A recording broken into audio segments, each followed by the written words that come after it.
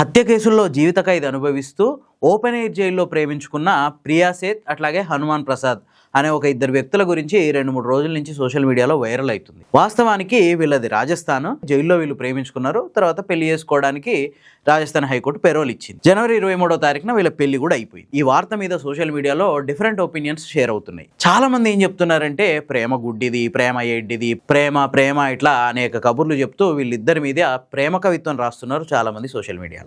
కానీ వీళ్ళ కథ వింటే మొహం మీద కాండ్రించి ఉమ్మేస్తారు. అంతేకాదు ఇట్లాంటి ఎదవలక పెరోల్ వచ్చింది అని చెప్పి ఒకంత న్యాయ వ్యవస్థ మీద కూడా చిరాకు కలుగుద్ది. అట్లాంటి దారుణమైన నేరస్తులు వీళ్ళిద్దరు.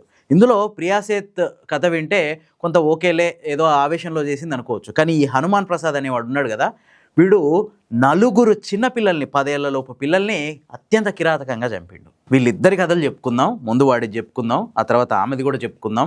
విషయం తెలుసుకోబోయే ముందు ది ఫోర్త్ ఎస్టేట్ ఛానల్ని సబ్స్క్రైబ్ చేసుకోండి. ఈ జైలు ప్రేమ పక్షుల్లో మగ పక్షి పేరు హనుమాన్ ప్రసాద్. వీడి సొంతూరు వీడి అంటున్నా అస్సలు ఫీల్ అవ్వాల్సిన అవసరం లేదు. వీడు అనడం కూడా తక్కువే. వీడి సొంతూరు రాజస్థాన్లోని అల్వార్ జిల్లా బరోడా మేవ్ అనే ఒక చిన్న టౌన్. అదే ఊర్లో సంతోష్ శర్మ అనే ఒక మహిళ ఉండేది.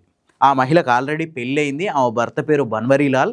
ఆమెకు 3 కొడుకులు, 10 ఏళ్లలోపున్న 3 కొడుకులు. ఎట్లయిందో ఏమైందో తెలియదు కానీ ఈ సంతోష్ ప్రసాద్ అనే ఆమె ఈ హనుమాన్ ప్రసాద్ గానికి అలవాటైంది. ఇక వీళ్ళ బంధం ఎట్లా మారిపోయిందంటే కొద్ది రోజుల్లోనే ఒకరిని విరిచి ఒకరు ఉండలేమన్నంత పెవికాల్ బంధం తయారైంది వీళ్ళిద్దరిది. మరి ఆ పెవికాల్ బంధానికి ఆ సంతోష్ శర్మ భర్త బన్వరీలాలు ఆమెకున్న 3 పిల్లలు అడ్డుకున్నారు. ఇప్పుడు వీళ్ళు వేసిన స్కెచ్ ఏంటంటే, ఈ సంతోష్ శర్మ అట్లాగే హనుమాన్ ప్రసాద్ వేసిన స్కెచ్ ఏంటంటే, ఆమె భర్త బన్వరీలాలు అట్లాగే ఆ 3 పిల్లల్ని కనుక తొలగించేస్తే మధ్యల నుంచి ఆ ఫెవికాల్ కూడా అవసరం లేకుండా మనం గట్టిగా అతకవచ్చు అనుకున్నారు. దాంతో వీళ్ళిద్దరు కలిసి ఒక ప్లాన్ వేసిర్రు. ఆ ప్లాన్ని ఎగ్జిక్యూట్ చేసిర్రు. ఏ రోజు ఎగ్జిక్యూట్ చేసిర్రు అంటే అక్టోబర్ 2వ తారీఖు 2017వ తారీఖున ఎగ్జిక్యూట్ చేసిర్రు. ఈమెం చేసిందంటే సంతోష్ శర్మ భర్త పిల్లలు అట్లాగే అదే టైంలో వాడి టైం బాగాలేకనో ఏమో ఈ బన్వరీలాల్ మేనల్లుడు ఇంట్లోనే ఉన్నాడు. వానికి కూడా మొత్తం తినే ఆహారంలో మొత్తం మందు పెట్టింది. ఆ తర్వాత వీడొచ్చి 5గురిని చంపేసిండు. అంటే 3 పిల్లలు, భర్త, మేనల్లుడు 5గురిని చంపేసిండు. మేనల్లుడి వయసు కూడా 10 ఏళ్ళే. 10 ఏళ్ల లోపు 4 పిల్లలు, భర్త.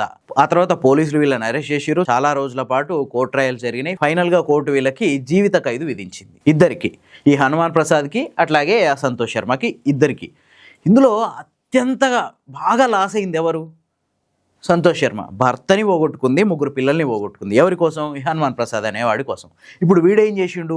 జైలుకి వెళ్ళిన తర్వాత ఆ సంతోష్ శర్మ కర్మకి ఆమెను జైల్లో వదిలేసేసి ఇప్పుడు ఈ ప్రియా సేత్ అనే ఆమెను తగులుకున్నాడు. పెరోల్ తీసుకొని పెళ్లి కూడా చేసుకున్నాడు. ఇక ప్రియా సేత్ ఈమె సంతోష్ ప్రసాద్ అంతా ఎదవ కాకుండా ఈమె కూడా శుద్ధపూస ఏం కాదు. ఈమె 2018లో ఒక డేటింగ్ యాప్ని ఇన్స్టాల్ చేసుకుంది ఫోన్లో. ఇన్స్టాల్ చేసుకొని దుష్యంత్ శర్మ అనే ఒక పిల్లగానికి వలేసింది. వాడు జర అమాయకుడు, మంచిగా ఈమె నమ్మిండు.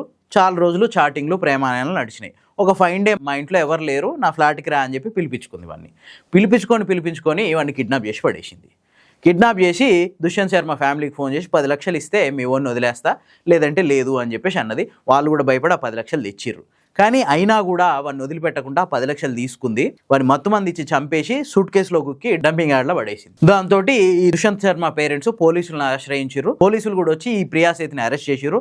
ప్రియా సేత్తో పాటు ఆమెకి ఇంకో 2 ఫ్రెండ్స్ కూడా ఈ నేరంలో పాల్గొన్నారు అని చెప్పి తేలింది. మొత్తం 3కి కోర్టు జీవిత ఖైదు విధించింది. సో అట్లా అట్నుంచి వాళ్ళిద్దరూ, ఇటు నుంచి వీళ్ళు 3 జైలుకి వచ్చిర్రు. జైలుకి వచ్చిన తర్వాత ఈమె ఎంటొచ్చిన వీళ్ళ ఫ్రెండ్స్ని వదిలేసింది. ఆయన ఎంటొచ్చిన సంతోష్ శర్మని వదిలేసిండు. ఇద్దరు కలిసి ప్రేమ పక్షులయ్యారు. అటు వాడేమో ఆ సంతోష్ శర్మ అనే ఆవిడ్ని మోసం చేసిర్రు. ఇటు ఈమె కోసం జైలుకి వెళ్ళిన 2 ఫ్రెండ్స్ని వదిలేసింది. ఇప్పుడు వీళ్ళిద్దరు బయటకు వచ్చి పెరోల్ తీసుకొని పెళ్లి చేసుకుంటారు. వాడేమో 4 పిల్లల్ని ఒక ఆయనని చంపి ఎవరి కోసమైతే చంపిండో ఆ స్త్రీని ఆడితో పాటు జైలుకి తీసుకొచ్చి ఆమె జైల్లో ఆమె కర్మకు ఆమె వదిలేసి ఇప్పుడు వేరే ఆమెను తగులుకొని ఆమెను పెళ్లి చేసుకుంటుండు. ఈమెమో 2 స్నేహితులతో కలిసి ఒకరిని లేపేసి వాళ్ళిద్దరిని ఇప్పుడు వాళ్ళ కర్మకి జైల్లో వదిలేసి మళ్ళీ వీడిని తగులుకొని పెళ్లి చేసుకుంటారు. ఇప్పుడు ఆ చచ్చిపోయిన వాళ్ళు ఉసురు, వీళ్ళ వల్ల బాధితులై జైల్లో మగ్గుతున్న వాళ్ళు ఉసురు వీళ్ళకి తగలదా? ఇప్పుడు చెప్పండి, వీళ్ళది ప్రేమ? వీళ్ళలో వచ్చిన మార్పుని క్షమించవచ్చా? వీళ్ళు చేసిన కిరాతకాన్ని క్షమించవచ్చా? అసలు కోర్టులు ఏం చేస్తున్నాయి? శిక్షిస్తున్నాయా లేదంటే శిక్ష పడ్డ వాళ్ళని దీవిస్తున్నాయా పెళ్లి చేసుకోమని? అది ఏంది? ఇది ఎక్కడికి పోతుంది న్యాయ వ్యవస్థ? అసలు వాడు చేసింది క్షమించగలిగే నేరమా?